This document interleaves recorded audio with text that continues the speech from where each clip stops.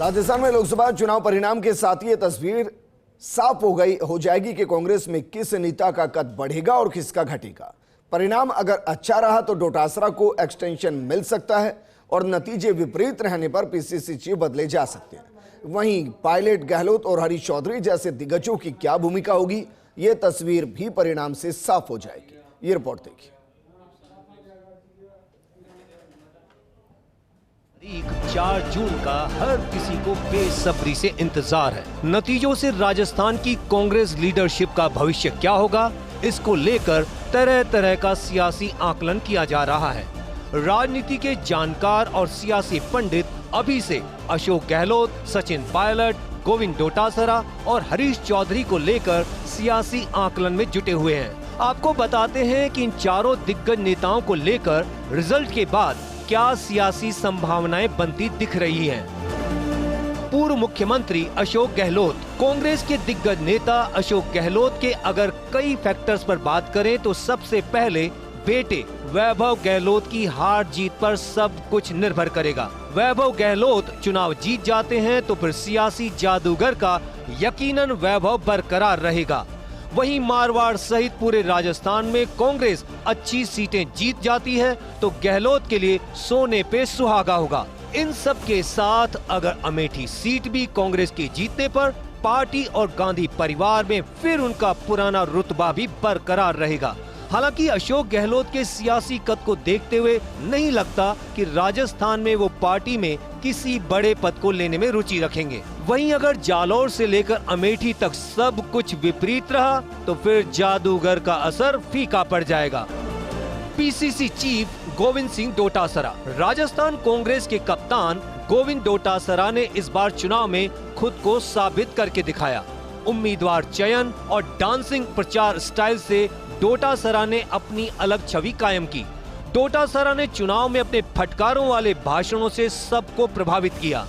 अब अगर कांग्रेस राजस्थान में इस बार खाता खोलते हुए अच्छी सीटें लाने में कामयाब रही तो उसका एक बड़ा क्रेडिट सीधे पीसीसी चीफ डोटासरा को जाएगा। वहीं शेखावाटी में अगर कांग्रेस क्लीन स्वीप करती है तो फिर डोटासरा के सियासी रुतबे में 4 चांद लग जाएंगे।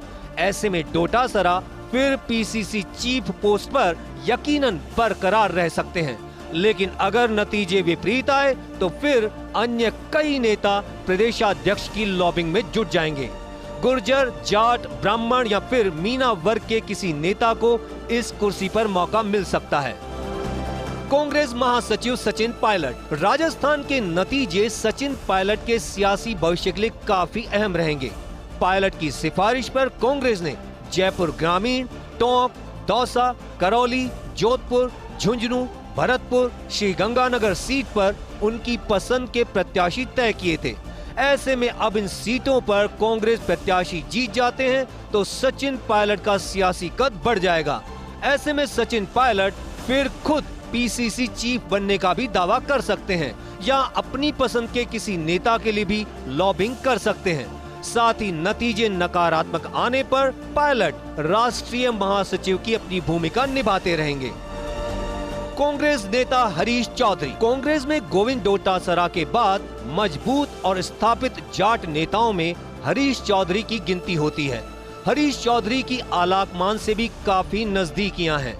जिस तरह उन्होंने बाड़मेर सीट से उम्मेदाराम बेनीवाल को चुनाव लड़वाया, पूरे देश में इस चुनाव की चर्चा रही।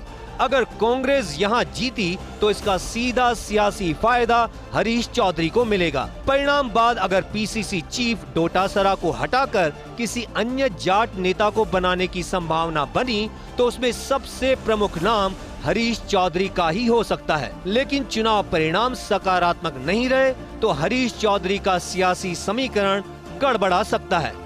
फिर पहले की तरह केंद्र की राजनीति में काम करते रहेंगे। तो ये वो सियासी संभावनाएं थीं जो चुनाव परिणाम के बाद इन चारों दिग्गज नेताओं को लेकर हो सकती हैं। लिहाजा आमजन के साथ चारों नेताओं को भी रिजल्ट का बेसब्री से इंतजार है। अब मुकद्दर ने इनकी क्या सियासी तकदीर तय की है और राजस्थान कांग्रेस का किंग कौन होगा, यह तो नतीजों के बाद ही जाहिर होगा।